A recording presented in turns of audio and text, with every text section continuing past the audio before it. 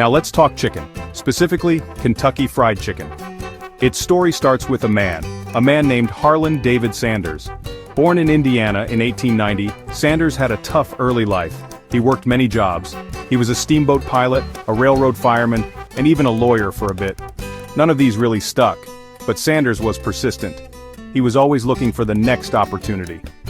This drive eventually led him to Corbin, Kentucky.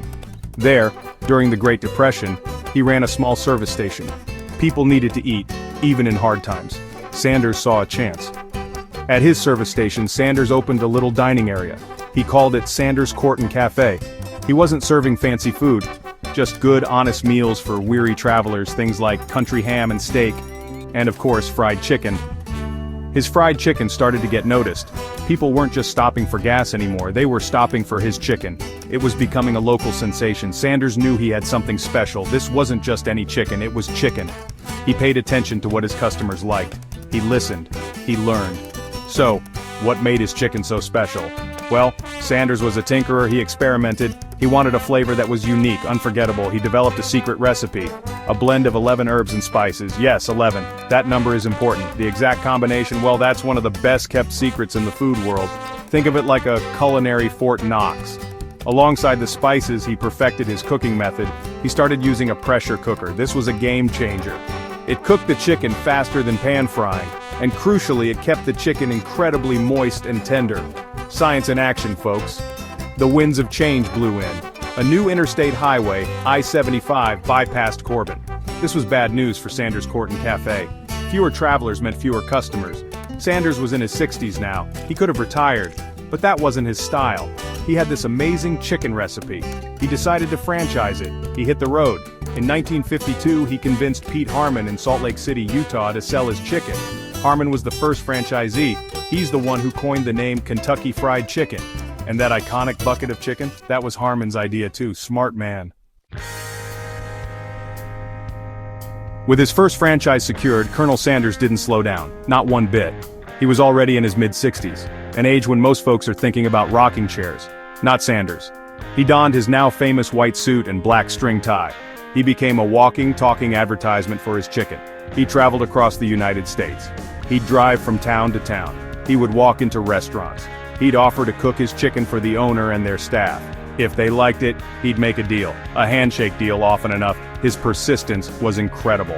The franchise model was brilliantly simple. Sanders wasn't selling restaurants, he was selling a recipe. He was selling a system. Restaurant owners would pay him a royalty, just a few cents for every chicken they sold using his recipe and method.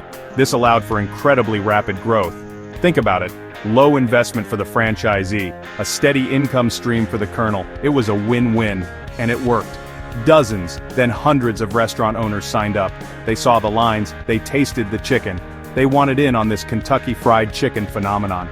By the early 1960s, Kentucky Fried Chicken was a household name. There were over 600 franchised outlets. This was astonishing growth. The image of Colonel Sanders with his goatee and kindly smile was everywhere. He was more than just a founder. He was the brand. People trusted him. They loved his story. He was the embodiment of the American dream.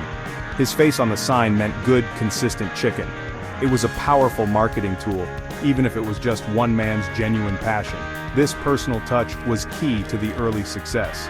Then came the bucket, the iconic red and white striped bucket of chicken. It first appeared in 1957, thanks to that first franchisee, Pete Harmon. This was pure packaging genius. It was distinctive. It was portable.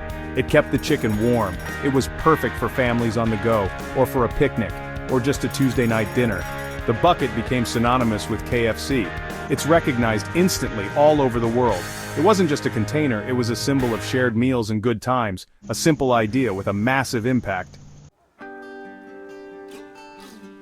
As KFC grew, so did the demands on Colonel Sanders. He was 74 years old in 1964. Running a rapidly expanding empire was a lot for one man, so he made a big decision. He sold the American operations of Kentucky Fried Chicken. A group of investors led by John Y. Brown Jr. and Jack C. Massey bought it for $2 million. That was a lot of money back then. Sanders stayed on as the company's brand ambassador.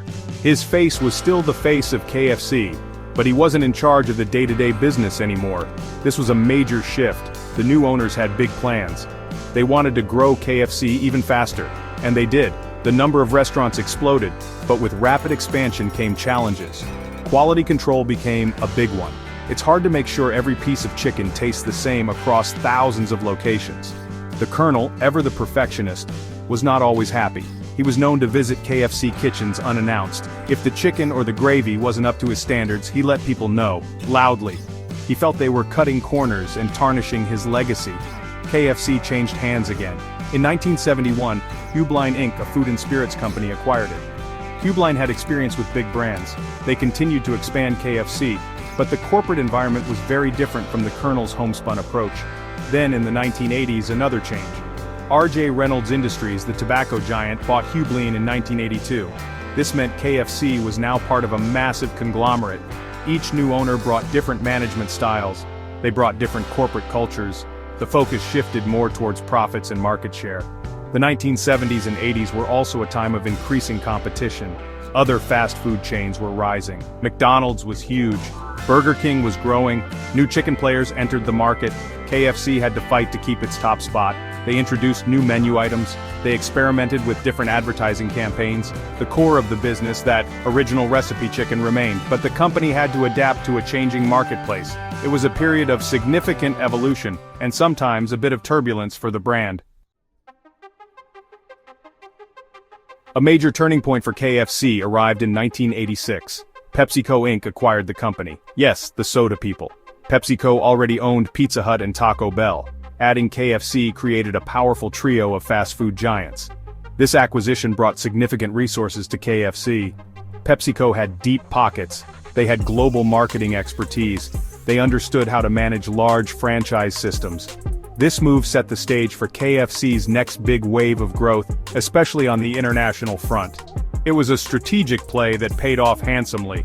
Under PepsiCo, and later its spun-off restaurant division, Yum Brands, KFC's global expansion accelerated dramatically through the 1990s and into the 21st century. The brand found incredible success in markets far beyond North America. Asia in particular became a massive growth engine. KFC opened its first store in China in 1987, and it became a phenomenal success story there. They cleverly adapted parts of their menu to local tastes. They offered items like rice porridge and egg tarts alongside the classic chicken, but the star attraction always remained Colonel Sanders' original recipe. Today, KFC is one of the largest and most recognizable restaurant chains on the planet. We're talking thousands of restaurants in well over 100 countries. The sheer scale is mind-boggling. The image of Colonel Sanders, that friendly face, is still a cornerstone of the brand. It connects the modern corporation back to its humble, authentic roots. KFC continues to innovate. They introduce new products, they update restaurant designs. They embrace digital technology for ordering and delivery. They have to stay relevant in a fast-paced world. But KFC is more than just a business, it's a cultural phenomenon. In some parts of the world, it has taken on unique local significance. For example, in Japan, eating KFC for Christmas dinner is a widely popular tradition. Imagine that, fried chicken as a festive holiday meal. The brand identity, the red and white, the Colonel, the finger-licking good slogan, is embedded in global popular culture. It's a testament to a simple idea: delicious fried chicken, done right. A legacy that started with one man, a secret recipe, and a whole lot of determination.